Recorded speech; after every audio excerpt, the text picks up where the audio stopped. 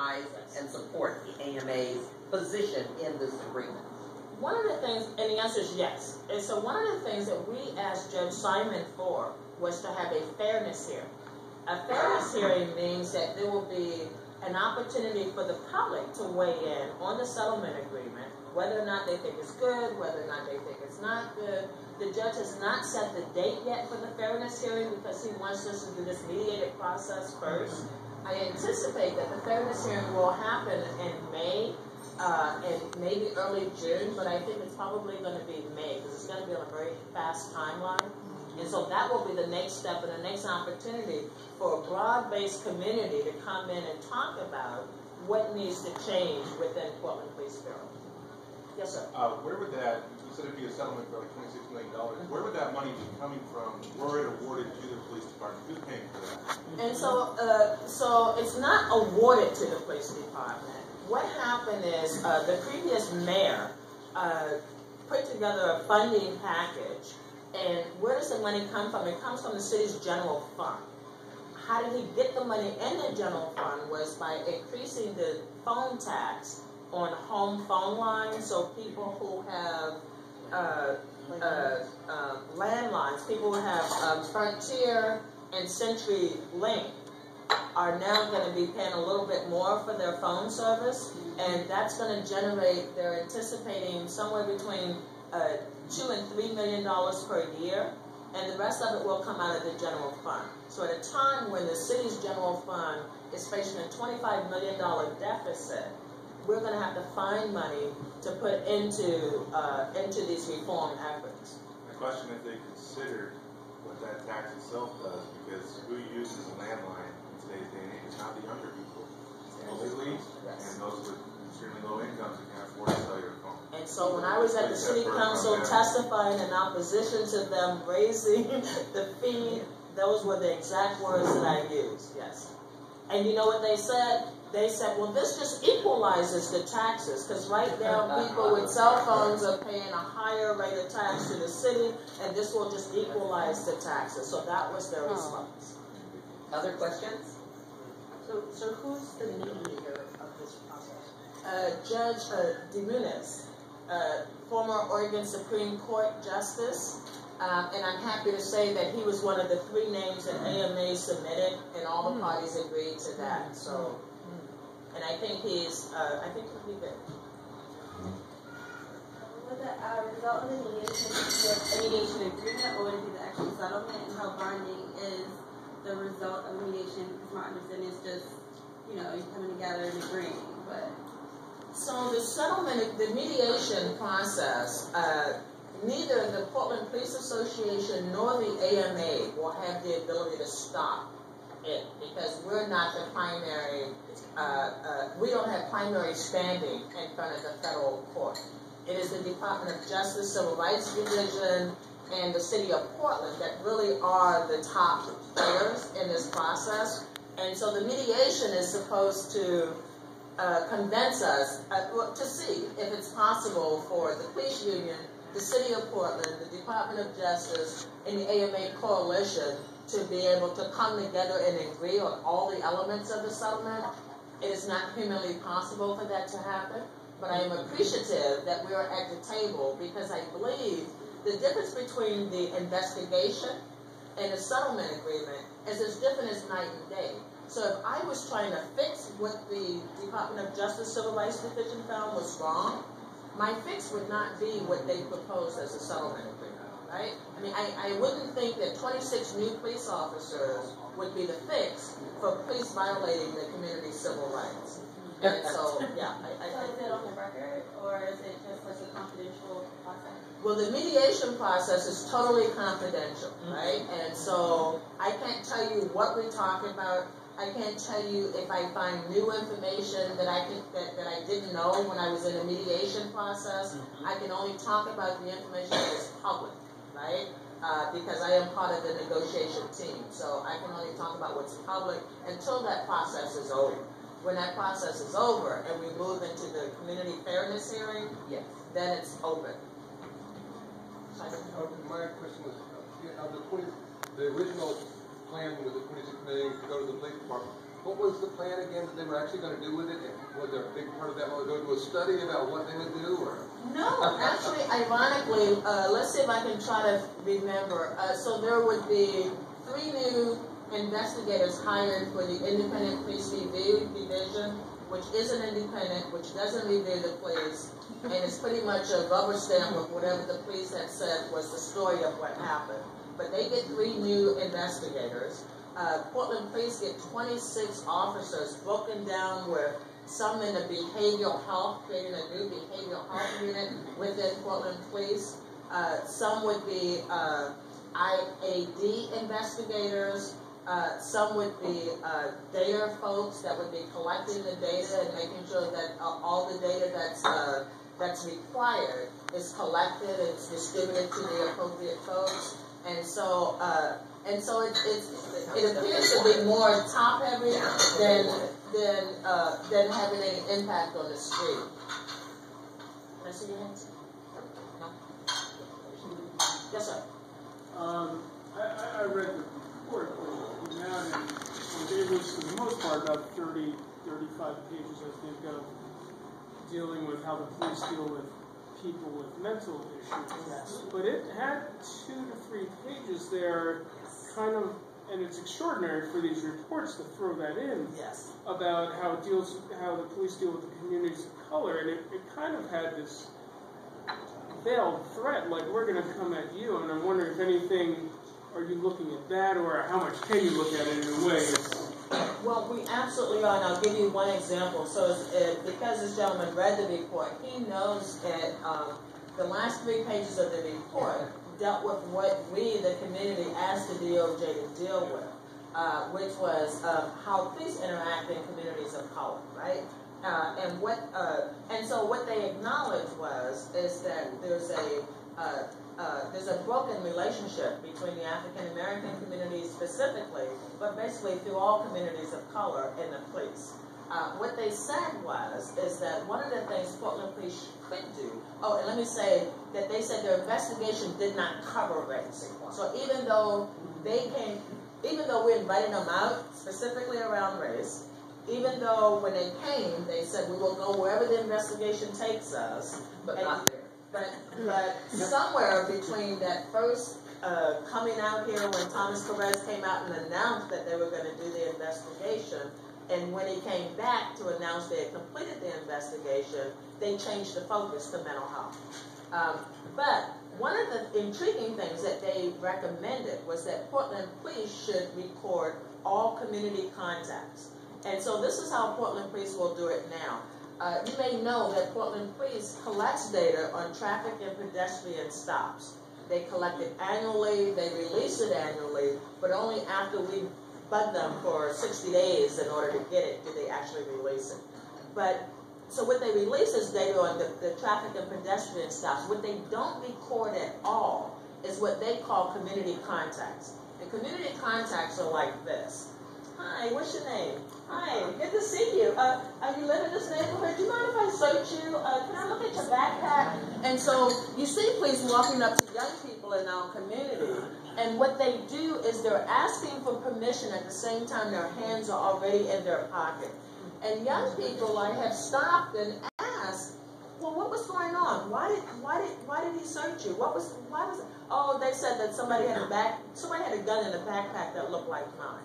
Well, you know you have a constitutional right against them searching. Oh, it's just easier for me to just let them search me, because guess what? If I let them search me, it takes 10 minutes. If I exercise my constitutional right, it takes 2 hours or more. And so the community has been trained to give up our rights against unlawful searches, because they know that the police will just take as long as possible and will always be able to find a reason that they made the stop and conducted the search. Have you introduced 3 pieces of legislation to the current session? Now you know why I got to work it out. That was smooth. That was so specific, like he had insight. Well, yes, Mr. Hardesty, in fact, I have. And because as we know, if we're going to fix Portland Police, there's a lot of entities that have to be fixed as well. It can't be just the police. We got to fix the district attorney. We've got to also fix the state legislature. And so I proposed 3 pieces of legislation in Salem. One would change the use of force from now, with the police use as a fear base. I feared that he was going to injure himself or someone else, so I killed him. To what a reasonable person would do, right? If you are a reasonable person in the same situation, would you respond in that way? So that's one piece of legislation. Another piece of legislation that's been introduced would require that in an officer-involved shooting, the investigation be conducted by a neighboring jurisdiction. So like right now, if a Portland police officer shoots somebody in Portland, Portland police officers investigate whether or not that police officer acted appropriately. Well, are Portland police officers ever going to find Portland police officers did anything wrong? No, of course not, right? And so, right, nor will the grand jury. The third piece of legislation has to do with the grand jury and making sure that after a police-involved shooting, that the grand jury testimony is made public within 60 days. Right now, it's totally up to the district attorney whether or not to make grand jury testimony available. But I will tell you, every time I've been able to read grand jury testimony, whether it was in Aaron Campbell's case, whether it was a Keith Notice case, every time I've been able to read the grand jury testimony, it shows you how disconnected what they say in court is from what we believe their training is, what the police policies are, and what they're supposed to do. Have similar bills been enacted in other cities? I don't know the answer to that. I do know that I don't know the answer to that. I don't know if other cities have done it. I do know that the use of force bill and the grand jury bill had been introduced in this legislature at least over the last decade, and it just never gone anywhere. Last legislative session, I didn't go anywhere because the chairs of the committees were ex-police officers and they didn't want to hear it. Where are the bills, though? And so those bills are being scheduled for a Senate Judiciary hearing, and we have a tentative date of March 27th at 8 a.m. when those bills will be heard. I got here late, and I may be going over something, but I want to know, with the budget cuts, and they say they're going to stop neighborhood policing, how are you going to gather the neighborhood to start policing themselves? Am I going to gather the neighborhoods and stuff? Well, I mean, I got to tell you, I live in a neighborhood where the police are scaring homeowners of the people of color who've moved in. I live out in East County, and when I go to my state senator meeting, and I see the county sheriff, the police chief from Gresham, the police chief from Fairview, the police chief from Wood Village, all get up and give the same rap. And they all got up at a meeting about public safety and said, the criminals are coming in on match, the prostitutes are out at 8, the drug dealers at 8:30, and the gang members come out at 9. When the police are out scaring the daylights out of retired white homeowners with the goal of getting them so scared that they go to the city and demand the police get more money. And that's been their game all along, right? And that's it, they do that. But I didn't know they were so blatant about it. And so just over the last 6 months, I've been to several meetings where the police would just stand up and just blatantly say that that's the criminals. And then when you talk to them one-on-one, why would you say that? Because I said at one of these meetings, it would have made such a difference if you would have said, and by the way, you've got all these new neighbors moving out. We're the most diverse area of the city of Portland. And put your hand out and go meet your new neighbor, right? What a difference that would have made. Instead, what they've done is try to create this fight, create this divide between the new people moving in and the people who've been living out there for a long time. And so that's a tactic they have. Now, I know that there are people out there talking about creating police forces, community police forces, but I'm not part of those conversations, so I can't really answer directly about community policing in that capacity. Constitutionally, like under the Fourth Amendment and the search and seizure laws, you were talking about stop and frisk. And I think that the police have so much deference under that law. And even like you were saying, like the struggle that I had is like, what do you tell someone? You like you were saying, well, don't consent. And I feel like consent's just one part of it, but when they say they have a reasonable, articulable, whatever, suspicion, you know, or even if you're driving, if they follow you long enough, you're going to cross the line, or you're going to do something, and then they have like probable cause. So it's just like one of those things, like driving while black, or walking while black, or breathing, you know, just like all this stuff. So it's just like really hard to just give someone advice, or like what suggestion do you have just about that in general? So one suggestion that I have is that if you see a police stop if you see a police stop someone, stop, observe. If you've got a cell phone that takes pictures, take a picture. Stand close enough that you can observe what's going on, but not so close that you can be accused of interfering. Just like my husband and I did the other day, we just leaned up against the wall, crossed our arms, and let it be known that we weren't leaving until they were done. And even when they were done, we went over and had conversations with the two gentlemen that they had searched, right? Because we wanted to find out exactly what had happened. And so I encourage people to do that. There was a video, there was a woman that was doing a mom's march on Martin Luther King Jr. Boulevard near Shaver. And just so happened she had a camera crew, Jo Anybody was out with her, and they came around the corner and saw this African American in this really new Dodge Charger kind of car. 4 African Americans are in it. They're sitting on a sidewalk, right?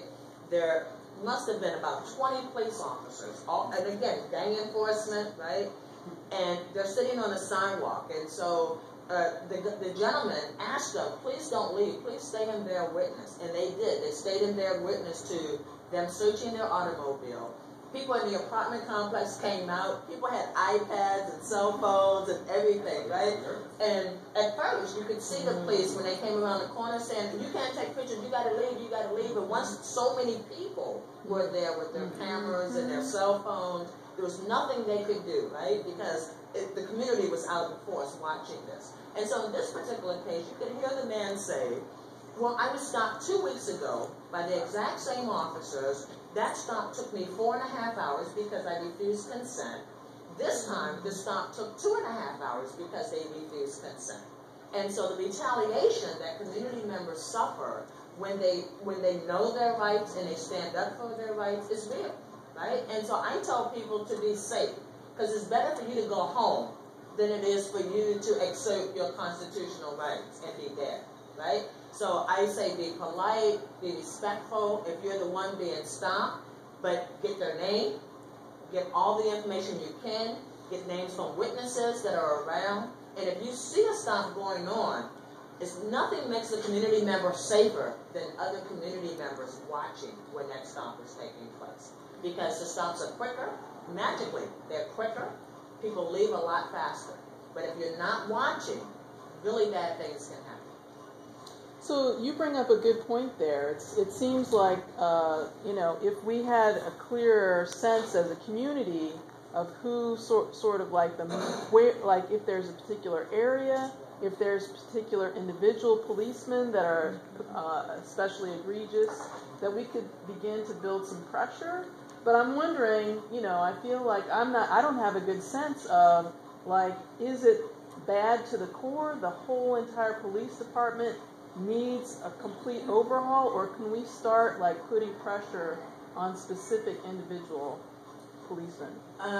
That's a really good question. And because there's been no accountability for so long, we don't know how bad the problem is.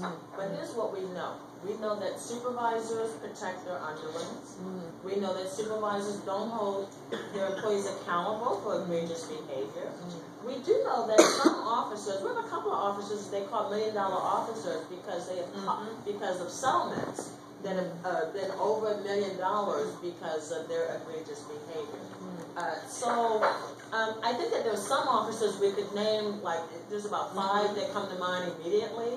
But my fear is if the assumption is these are justified bad officers, Right. then everything else will be fine if we just, figure out how to get rid of them. Okay. I think the problem is so institutionalized that unless we get a police chief that is not from Portland, that comes in with a goal of being a transformative leader, right? Which means I don't know anything about, what happened prior to me getting here, but I'm here to fix this organization and to fundamentally change the culture. And that person knows that they've got a 2-year window to make that happen. That's what we need. We need a police chief. The last police chief we have is a police chief that came up through the ranks. Right. The only way to be promoted through the ranks is to what? Is to protect your butt, protect your friends, to make sure that there's no accountability for really bad stuff that happens, right? And so I believe that this new mayor needs to get a new police chief, and he needs to get one that isn't from within the city of Portland. Then after that, after the transformation has taken place, then you can promote from within. Right. Because you've got a new culture that you can set at the top. I think Rosie Sizer was a really good police chief. I think she had a really good vision. But she was a woman in a male-dominated organization, and they didn't want to hear what she had to say about fundamentally changing the culture. She was the first police chief that was willing to say that we racially profile, and we've got to stop doing that. And let's figure out how to make that happen, right? Prior to that, they wouldn't even say the word. I couldn't get police chiefs to even mention the word. Yes, sir. Is there any work that's being done like within the police force, and any proactive work that they're trying to do on any of these issues? Any kind of work? Is there any proactive work that the police force is trying that they're trying to do on any of these issues? That's a really good question. Are they even admitting that any of these things are problems within, that they are even taking a halfway step towards doing anything? Well, a couple of years ago, we had a racial profiling committee that was put in place by the city council because of some work that I did at Oregon Action, and we had this committee that would meet monthly to address the issue of racial profiling. That's the last time I think that there was any concerted effort. I mean, what we have now is the Human Rights Commission, and they have a police and community relations committee that is run by the police. And so they have community members on it, but you get excluded from being a participant if you have too much knowledge about police practices. So we've been trying to, for years, to say what we need is the police and the community to train police officers. Right? We need community members to be able to go in and be able to teach what the community norms are. We need people that are suffering from mental illness to be able to articulate what happens when I'm going through a mental health crisis and how best to approach me when I'm going through a mental health crisis. Police don't know that. And this particular police bureau has been very reluctant, not since Tom Potter had they allowed civilians to come into the training facility to actually train police directly. They think only police can train police. And so, unfortunately, Portland police have been rewarded because we just built them a brand new training facility. Right? I mean, how insane is that? You're killing unarmed people, and what are we doing? We're rewarding you by building you a new training facility. And we're going to give you $26 million. Other questions?